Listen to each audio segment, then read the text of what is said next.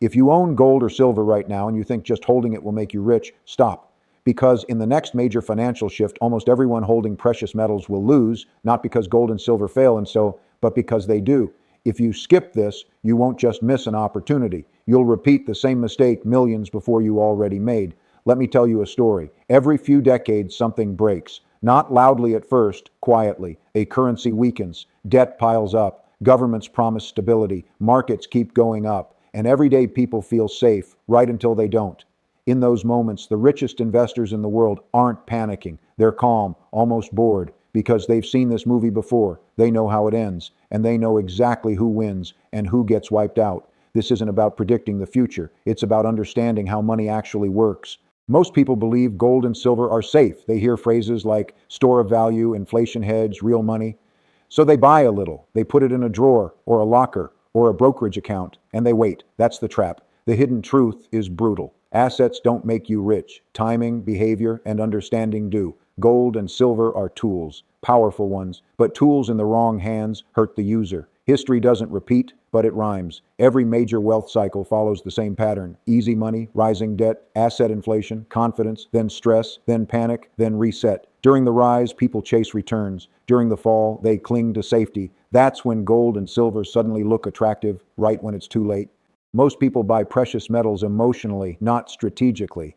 They buy because they're scared, they buy headlines, they buy at peaks, and when prices fall or go sideways for years, they get bored, frustrated, or desperate, and they sell. Not at the top, not at the bottom, but somewhere painfully in between. That's how you lose gold and silver without them ever going to zero. Here's why most people are failing. They think in straight lines. Life doesn't work that way. Markets don't work that way. Money moves in cycles. When paper money is strong, real assets look weak. When paper money weakens, real assets quietly prepare to explode, but the explosion doesn't happen on your schedule. It happens when the system needs it to.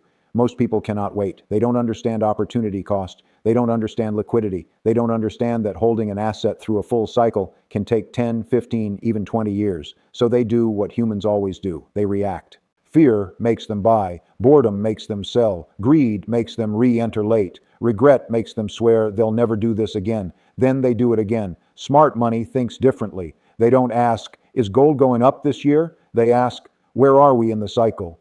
They don't ask, what's the price? They ask, what's the risk? They understand cause and effect. When governments print money faster than productivity grows, purchasing power dies. When debt grows faster than income, something has to give. When trust in paper declines, people don't run to gold overnight. They resist it, then accept it, then chase it.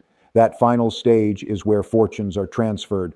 Look at real-world examples. In the 1970s, inflation exploded. Gold went from $35 to over $800. Everyone talked about it. Taxi drivers talked about it. Dinner tables talked about it. That was the signal. The smart money was already exiting while the public was rushing in. Then gold collapsed, and it stayed painful for decades. In 2008, the financial system nearly died. Central banks printed trillions. Gold rose again. People said, this time is different. Some made money. Most bought late. And when markets recovered and stocks soared, gold holders felt stupid. Many sold right before the next cycle began. This is the pattern. Even companies make this mistake. Mining firms overexpand at high prices. They borrow too much. Then prices fall, margins disappear, and shareholders get crushed. The asset survives. The owners don't. So, what's the real strategy? First, stop thinking of gold and silver as a lottery ticket. They are not meant to make you rich quickly. They are meant to protect purchasing power when the system is under stress. Second, understand positioning. The goal is not to go all in. The goal is balance. Cash when cash is powerful. Real assets when money is being destroyed. Productive assets when growth returns. Third, understand behavior. This is the hardest part. The biggest enemy isn't inflation, it's you. Your impatience, your fear of missing out, your need for constant confirmation. The people who win with gold and silver are boring. They buy when nobody cares, they hold when nobody talks, and they reduce exposure when everyone is suddenly an expert. They don't marry assets, they date them. Anyone can apply this. You don't need insider information. You don't need predictions. You need principles. Ask yourself, is money becoming easier or harder? Is debt shrinking or exploding? Is confidence high or cracking? When money is easy and confidence is high, don't chase protection assets. When money is being destroyed and trust is breaking, don't ignore them either. And most importantly, don't expect comfort. The The right move almost never feels good in the moment. It feels lonely. It feels boring. It feels wrong. That's how you know you're early, not late. One day, in the next major reset, people will say, I wish I understood this earlier. They'll say gold and silver were obvious. They'll say the signs were everywhere, and they'll be right. But understanding after the fact doesn't build wealth. Acting before the crowd does. From today, stop thinking like the 99%. Stop reacting to noise. Start watching cycles. Start thinking in decades, not days. Because wealth isn't built by predicting headlines. It's built by understanding how money moves when systems break. And the next time fear hits the world, you won't panic. You'll already know exactly why it's happening and what to do. When the system starts cracking, the first thing people do is look for certainty. They want guarantees. They want someone to say, buy this, hold that, you'll be safe. That instinct is understandable and dangerous. There is no safety in certainty. There is only safety in understanding. Most people lose their gold and silver, not because prices fall, but because pressure rises. Pressure to sell to pay bills. Pressure to follow friends who say it's dead money. Pressure when governments change rules, tax structures, or access. Pressure when media narratives flip from safe haven to useless rock.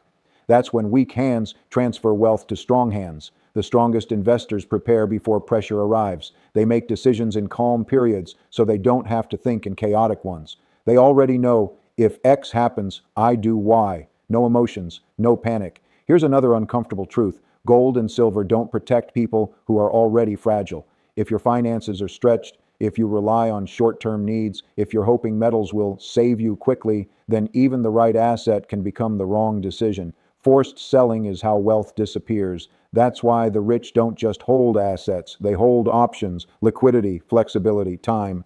Time is the real currency. Look at every major crisis. The people who won weren't the smartest. They were the most patient. They could wait while others were forced to act. Waiting sounds passive, but in finance, it's an offensive weapon. And this is where the biggest opportunity hides. The world is slowly shifting from trust to doubt, from stability to experimentation, from hard promises to soft reassurances. Whenever that happens, value doesn't vanish. It moves, not all at once, quietly, gradually, then suddenly. Most people will notice only the suddenly. By then, the game is already over. Think about regret. Imagine 5 or 10 years from now, looking back at this period. Imagine knowing the system was changing, but doing nothing except reacting to headlines. Imagine saying, I knew something felt off, I just didn't act. That regret hurts more than losses, but now flip it. Imagine knowing you understood cycles when others mocked them. Imagine having positioned calmly while others panicked. Imagine not needing to guess because you already saw the cause, not just the effect. That's how confidence is built, quietly. From today onward, stop asking, what should I buy?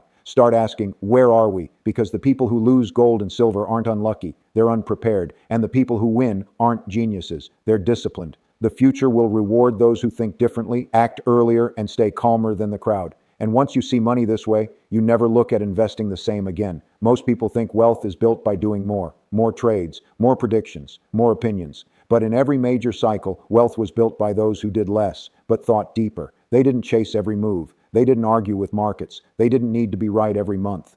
They understood one brutal rule. The market doesn't reward intelligence, it rewards alignment. Alignment with cycles, alignment with incentives, alignment with human behavior. Gold and silver sit at the center of this truth because they expose psychology. When confidence is high, people laugh at them. When fear explodes, people beg for them. The mistake is listening to either crowd. Think about how strange it is. People trust pieces of paper backed by promises, issued by borrowers deep in debt, more than assets that required effort, scarcity, and time to exist. That belief works until it doesn't. And when it breaks, it doesn't break politely. That's why the transition phase matters more than the crisis itself. By the time everyone agrees something is wrong, the real positioning is already done. The quiet shift happens earlier, when headlines are confusing, when prices move sideways, when nothing feels urgent yet. That's where discipline is tested. The next phase of the global system won't announce itself with sirens. It will start with temporary measures, then emergency tools,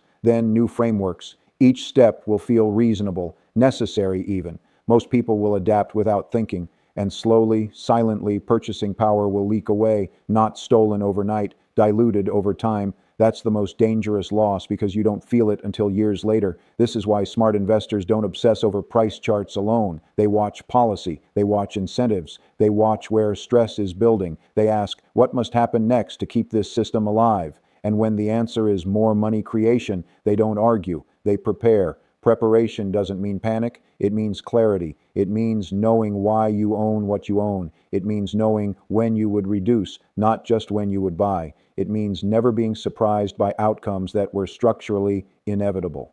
Most people want comfort. Comfort is expensive. It costs you opportunity. The future belongs to those who can tolerate being early, quiet, and misunderstood. So if you hold gold or silver or are thinking about it, understand this clearly. The asset won't save you. Your thinking will. If you think like the crowd, you'll act like the crowd. If you act like the crowd, you'll get crowded results. But if you start thinking in cycles, if you respect cause and effect, if you detach emotion from decision making, then you won't be part of the 99.9%. You'll be watching from the other side, calm, prepared, and ahead, while the rest of the world finally realizes what was happening all along. And once that realization hits, it's already too late to start thinking differently. So start now. Most people believe the biggest risk is choosing the wrong asset. It isn't. The biggest risk is being mentally unprepared for how long the game really is. Gold and silver don't move to reward patience every year. Sometimes they do nothing while everything else looks exciting. That boredom is intentional. It shakes out weak hands. It trains discipline. It forces you to confront your own psychology. This is why almost everyone loses. They underestimate time. They overestimate their tolerance. They confuse motion with progress. The wealthy don't. They build portfolios the way engineers build bridges, with margins of safety. They assume stress will come. They assume surprises. They assume systems will fail at the worst possible moment. So when the moment arrives, they don't scramble. They execute. Here's the mindset shift that changes everything. You are not investing to feel smart today. You are investing to avoid regret tomorrow. Every cycle ends the same way, with people saying, I should have bought earlier. I should have held longer. I should have thought more independently. But hindsight never builds wealth. Preparation does. Picture the future version of you, 5, 10, 15 years ahead. The world looks different. Some currencies weaker, some systems redesigned, some promises quietly abandoned. That version of you either says, I saw this coming, or I wish I had understood. That difference is decided now, not by predicting prices, not by listening to noise, but by choosing to think in principles instead of opinions. From this point forward, whenever you hear fear or hype, pause. Ask what part of the cycle you're in. Ask who is being forced to act. Ask who has time and who doesn't. Because money always flows from urgency to patience. And in the end, that's